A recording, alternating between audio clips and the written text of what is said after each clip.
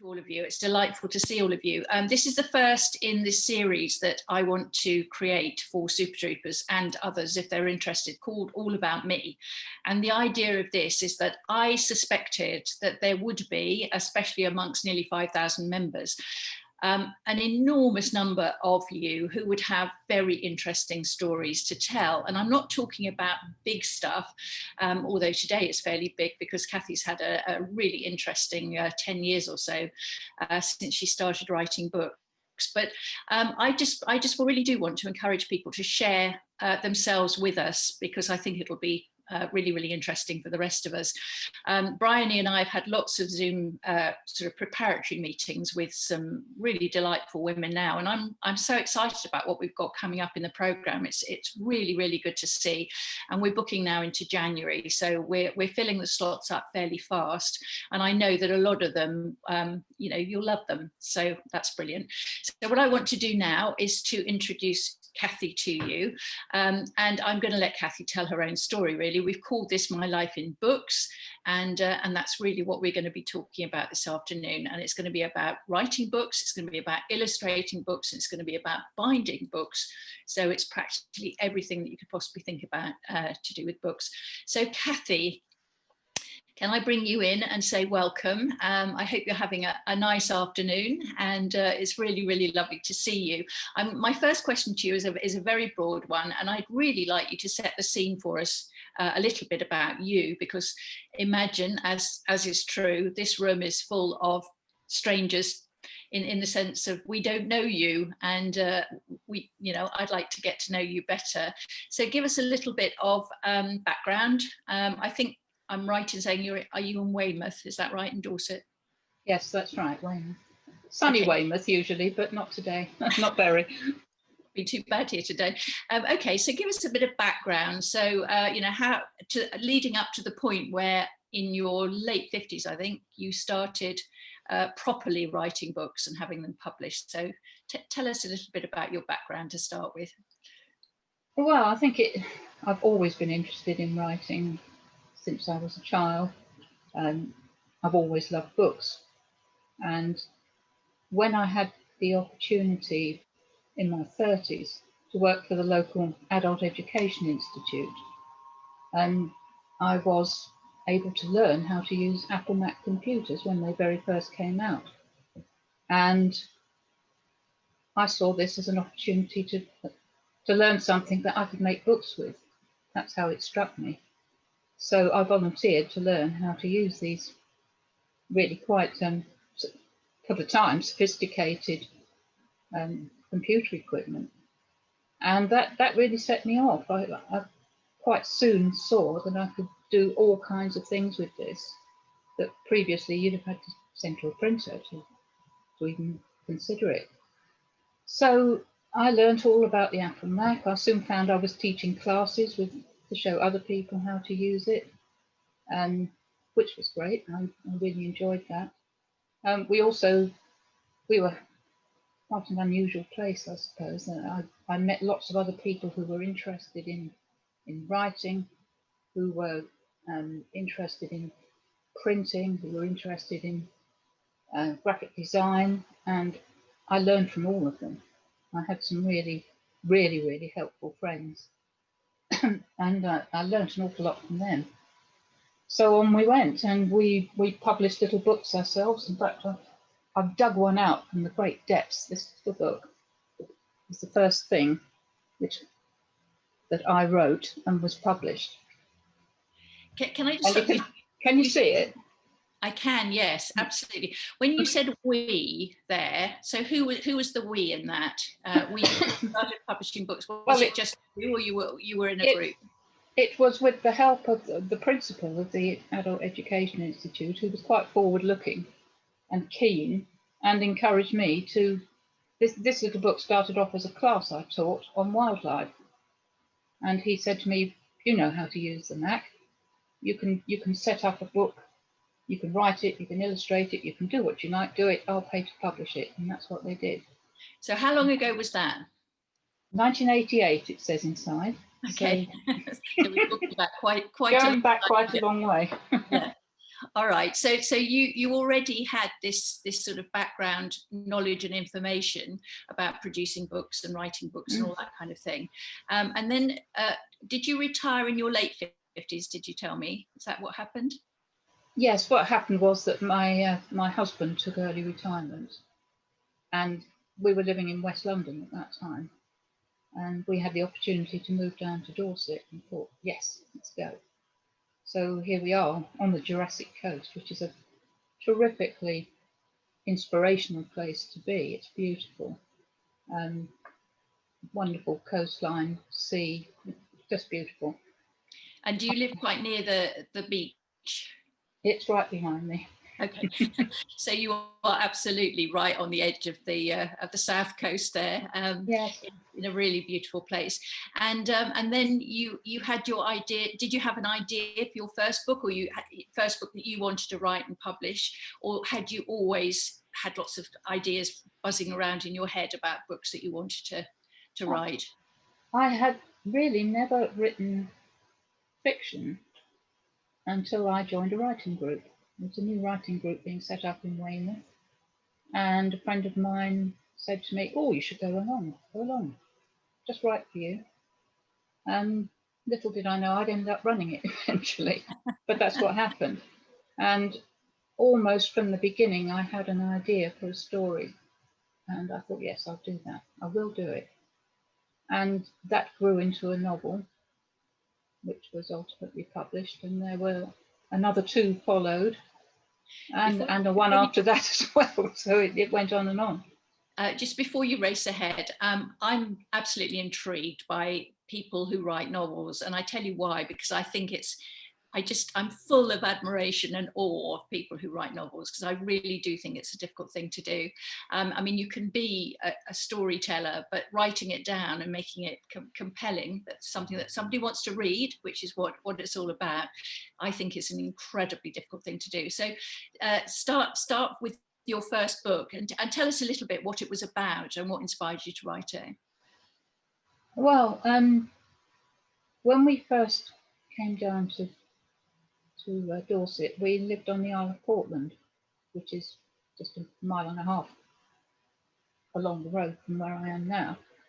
And it's a very, very interesting place. It has a lot of folklore attached to it. You're surrounded by, as though it's not a true island, it is just attached. You're surrounded by the sea. The sea is there all the time on every side. All the life there is very much about sea and stone, because it's also a Portland stone in quarries. So there was a lot of inspiration on Portland, and I felt I wanted to write something about it, but I wanted a magical story rather than just writing a straightforward fiction. So I invented a completely new island. In the story, it just appears out of the sea and then disappears again. And I had a wonderful time inventing this, and I used quite a lot of the geography of Portland and some of its stranger legends and things like that. And I just built on that, and it turned into a little world of its own. And it grew and grew and grew. So that's where it came from. Wonderful. And tell me how you got that book published, because again, you can write a book, but it doesn't guarantee it's going to get published. And in fact, you know, hundreds and thousands of people practically every day get rejection slips for books. So how did you get that one published? Oh, sheer luck, really. Very much luck. A friend of mine in the writing group pointed me at a small publisher that had just opened up for submissions and said, "Send your book in." So I did, and they took it just like that. Wonderful. Which it's well, you shouldn't think it's quite as easy as that usually. I think for most people there's a lot of rejections and difficulties along the way. But I was just lucky with that. Well, that's what people say, don't they? Especially, I think women say that a lot. I was lucky, but your story must have been good enough. you know, they wouldn't have published it if it wasn't good enough to publish. So we need to acknowledge you for that. And then you subsequently published, how many books did you publish with that publisher? I wrote 2 more in that series, and then wrote another one which was a historical novel set in Kent, which is where I come from. So yeah, there were 4. Okay, and tell us a little bit now about how you then, because you then decided, or something happened, and then you went from writing books to writing them and illustrating them. So I'm really interested in that, because that's another complete skill, you know, different skill, if you like, and actually again is a reflection of just how creative you are. So tell us how that happened. Well, yes, there came a point where my publisher made a change in their business, and my books were no longer appropriate for them, which is nobody's fault, you know. It's perfectly happy parting of the ways. So I thought, well, what am I going to do now? And I thought this was a great opportunity to just do what I wanted to go back to first principles, if you like. They always say, write what you love, which is easy to say and sometimes hard to do. So I thought, well, I'll do what I like. Let's just write something. And I absolutely love plants. I'm a real plantaholic. So I thought, let's do something inspired by plants. So, and I've got thousands of photographs. I love to photograph them too. So there's plenty of pictures. So I thought, yes, I'll do something inspired by plants, herbs, whatever takes my fancy. It doesn't matter. I'm not thinking of publishing it. So it's completely free and open. You can do what you like. So I did, and I wrote a story that I called The Herbarium, which was about this strange group of people arriving in a forest, all slightly magical. Most of them they're quacks and sellers of peculiar herbal remedies and things like that. And each one is inspired by a different plant. So that's how I use the plant side of it. So either each section of the story or each character had a plant behind it somewhere. And having done that, one day I bumped into a writing friend who was also a botanical illustrator, and she had just published this beautiful book of wonderful illustrations. And I thought to myself, well, perhaps I should try. I haven't done the artwork for years and years and years, but it would be really nice just to try and do some drawings. And why not? Again, there's no publisher saying, oh, we can't do that. So I thought, yes, I'll give it a go. And before I knew it, I'd got about 30 pictures, which I'd put together. And the little book was taking shape. And again, at the time, I thought, well, I'll put this on my blog. I'll serialize it and put it on the blog.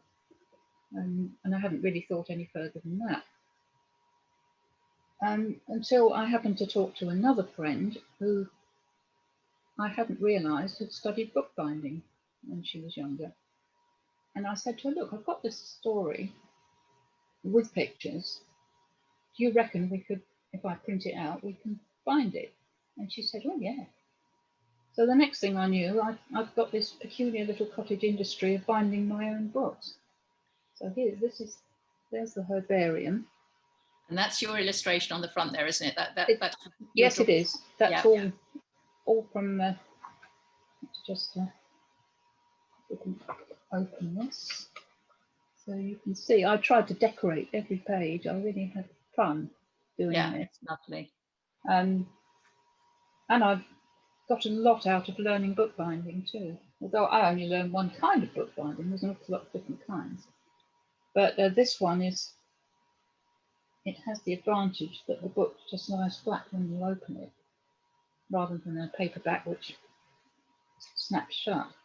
And I just loved doing it. It was really interesting to see the whole process through, right from the first idea from the story, through all the illustrations and how it was laid out, and right through to printing the pages and putting them all in order and sewing it together down the back and putting the whole thing together and making an artifact out of it. it was just so interesting to do. I mean, that's just such a lovely thing that you have created. And as I said, when I was talking to you before we did this session, that is it's a work of art that you've produced there. And you're also going back in time, aren't you, to the time when that's how books were produced. You know, they weren't sent like mine was to China for printing, and 9 months later it came back in the form that, you know, it was then sold. But that's, you know, that's what happens with published books these days, whereas you've done something that is original, it's very personal as well, and it's very beautiful, which I think is the other thing, you know, that's creativity at its highest level, really. I mean, you said that very casually, you know, and I bound the books. I mean, how long did it take you to learn how to bookbind, and also how long did it take you to bind your first book? It didn't take very long, really, and to do these, I knew exactly what I wanted from it, and I think if you know what it is you want to do, you get quite single-minded about it.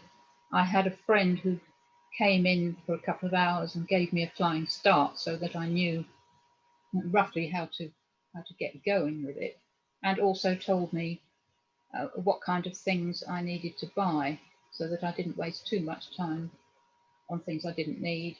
Right. You can certainly spend a lot of time and a lot of money on equipment, something like that. So we did it with absolutely rock bottom basics. I didn't spend very much money, and she showed me some of the shortcuts, if you like, so that helped. Beyond that, I learned from YouTube videos. So yeah. Again, my friend pointed me to the right one. She said, just follow that one, go over it again and again if you need to, because that one will tell you what you need to know, and that's what we did. And your first effort, did it work, or did you have to do it a few times? This is hard to answer. But I experimented a little bit to begin with, as you would with anything. But the first book did actually come together. Yes, Good. It wasn't totally perfect, but then they rarely are because they're individual. Yeah. So this story about you, I think you told me you produced about 30 of them. You were giving them away to friends and family, and you know, that was what you did with those. But then you were, I can't remember where you were, but somebody spotted you and then said, we'd like to publish you. So what happened with that? Yes, that's true. I mean, after having done the first one, I liked that so much, I did another one. So there were two books. That's the Chesil Apothecary. Are you very near Chesil Beach? Yes, Chesil Beach is just over behind me. It's very close. So that's very local. What happened was at the beginning of this year, in fact, not very long before lockdown, we had a local book fair, very small. My writing group that I belong to, we all clubbed together and we said, let's make a little stand because several people have got books to sell. And I took a couple of the bound books along with me and found I was talking to a local publisher, and they took one look at them and said, oh yes, we'd absolutely love to publish these. So by the time we got to lockdown, I'd signed the contract. So it was as quick as that. Yeah. So it was, in a way, that's now come full circle. Those books have been, here's the herbarium as a little paperback. This has only just come out last week, so it's new. Hot off the press. Hot off the press, it is. So you can see the little drawing there. It's come out very nicely. I'm very pleased with it. Lovely. So something that was never intended to be published or to go any further, really. Yeah. I've ended up with it back with the publisher. So round and round we go. Big well done you. I think that's absolutely, it's a lovely story. And I think it just goes to show that when something's worthwhile, then it will find an audience. You know, somebody will spot it and say, oh, that's lovely, I like that. And that's obviously has happened with you, because what you've produced there is just, as I say, it's original and different and lovely to look at as well. I'm also very interested in your writing group. So you now run this writing group in where you are, in Weymouth. In Weymouth. How many people have you got in that writing group? Well, like every other writing group, there's a certain amount of disarray at the moment, because we would normally have been meeting in the local library, and that's not been possible for months and months. I've continued online via partly via Zoom and partly by email. Fortunately, writing is something that lends itself to that. You can send things around perfectly easily, and then talk about them afterwards. So it's not too desperately difficult to do. As to how many, it's fairly elastic. We've actually got two groups together at the moment. There's a second group I belong to, and we've sort of clubbed together. So you could say there's probably 10 or 12 people that are real regulars, but a lot of others that are sometimes there or operate around the edges, and a lot of other people that we know between us. So it's a fairly elastic sort of group. And would you say the group is mostly composed of women, or is it a mixture? The majority are women, but it's not all. No, it's a mixture. And you talked to me a little bit about the writing group, and you said that one of the biggest issues that you have within the group to encourage them is the issue of confidence. So tell me a little bit about that, because I think this is an important subject for all of us. Yes, it is, and I suppose when people come in, when they first arrive, they will constantly put themselves down, especially women. Sorry to say, but it is true. Yeah. That they will come in and they say, oh, well, it's rubbish, is the phrase. I've had to ban it. I'm not allowed to say that. It's not rubbish. It's not rubbish. So many people are so wary of, I suppose it's because when you write something down, you express yourself, you're exposing yourself in a sense when you offer that to someone else to look at, or you read it out to them. Now, some people are too frightened to read it out, and that's nothing unusual. So we don't push people to do things like that. But it's really interesting how quickly people can gain confidence if you just encourage, yeah, and make it possible for people to feel safe. Yeah, it's security, really. Yeah. Once you've been used to putting books out, you see it differently. You grow a thicker skin, basically, mm-hmm. because you know that you're offering up your handiwork to public critique, and it's not always going to be friendly or necessarily good. You can't please everybody. Yeah. But it's quite a long journey for some people to get that little bit of confidence you need to just jump in and have a go. But I mean, what you just said there is just so typical, isn't it, of how we, and I will put myself into that category as well, because I think it's a universal experience that we just, it's the exposure of writing something and then having other people listen to it and critique it and so on and so forth. I mean, it's a sort of a level of vulnerability, a level of exposure that is quite unusual. I will liken it to, I encourage people on Super Troopers to, even simply putting a photograph of themselves up. And then we've been doing these competitions. And my idea with those always is to encourage the group to have a different view and image of what an older woman is now, because I don't think we see enough of ourselves, and that's a real shame. We are not seen widely in the media or on television, in films and all that kind of thing. We see a very narrow portrayal of that, and sometimes that's quite negative. And I feel that what I love about Super Troopers is that we have an environment which we've created which is reasonably safe, where people can put themselves out there and they will be given back some love and support. And this is why I think it's incredibly important that we actually are very aware of not being negative or rude about people or bitchy and all those things that women can be accused of being, if you like, because it's so unfair. So, you know, I salute you for creating a writing group, which you've managed to do, obviously, where people are able to expose themselves and feel vulnerable, but they get supported in the process. And that is incredibly important. Have you had, within the group, have you had any real stars emerge? Oh, if I answer that, they'll shout at me. Quite a few of them have published books. Good. I mean, that's what we want to hear, really. That people who have never, you know, put themselves out there and done this before can join a writing group, and then, you know, something amazing can come out of it. And, you know, the triumph of having a book published, as you know yourself, is huge. And that you know, you've got a book there in your hands now, a real object that you can have, which is a reflection of your skills, you know, your skills as a writer and illustrator and so on and so forth, which is fantastic. Just picking up on what you said about the exposure to public, when I wrote my book, which I found relatively easy to write because it was all in my head already. I mean, I'm not writing a novel, so I'm writing sort of factual stuff, and I did lots and lots of research and reading and stuff.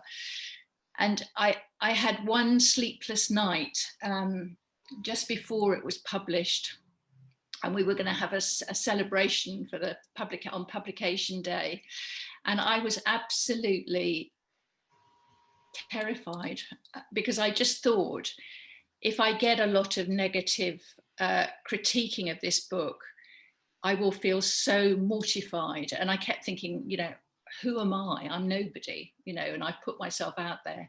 So I think that's a universal feeling, this fear that we have of ridicule, and that somebody is going to sort of say horrible things. As it was, just like with you, that didn't happen. And I had very little negativity. I mean, I had a bit on Amazon, and I would read the Amazon reviews, and one or two people would be rude about it, but it was fine. I mean, I was just like, okay, that's fine. In the grand scheme of things, I had a lot of positive stuff come back at me. And, you know, this is what I want to say to everybody in the audience, really, that's watching this whole thing about confidence. It's like, what do you say to yourself? What are you doing to yourself when you want to have a go at something new? That's incredibly important.